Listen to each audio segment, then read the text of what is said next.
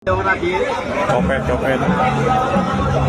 Seorang copet ponsel berinisial I, 39, nekat melakukan aksinya saat puncak perayaan HUT ke-79 TNI di lapangan Silang Monas, Gambir, Jakarta Pusat, Sabtu, 5 Oktober 2024. Dikutip dari Tribun News, acara tersebut sebelumnya dihadiri 100.000 personel TNI yang terlibat baik sebagai pasukan upacara maupun seluruh pendukungnya.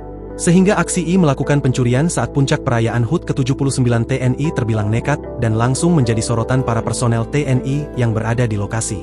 Berdasarkan video yang viral dan kini beredar di media sosial, tampak pelaku yang memakai baju berwarna merah itu langsung diamankan sejumlah anggota TNI. Aksi I berhasil digagalkan personel TNI yang berjaga di lokasi. Kapolsek Gambir, Kompol Jamalinus Nababan pun turut membenarkan kejadian itu.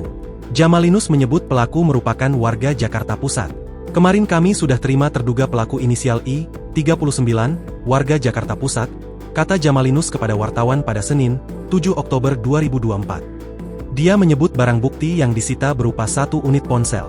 Namun demikian, polisi belum menerima laporan resmi atau korban yang mendatangi Polsek Gambir atas kehilangan ponsel tersebut. Jadi kita masih amankan terduga pelaku di kantor, ucapnya.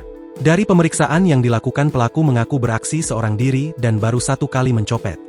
Adapun keterangan dari pelaku masih didalami oleh polisi. Kita masih dalami keterangan pelaku, sambungnya. Sebelumnya, dalam puncak perayaan HUT ke-79 TNI di Silang Monas banyak masyarakat yang datang untuk melihat langsung defile beberapa kendaraan taktis. Masyarakat juga antusias menyaksikan hiburan rakyat yang diisi penampilan sejumlah band ternama di tanah air. Download Tribun X sekarang, menghadirkan lokal menjadi Indonesia.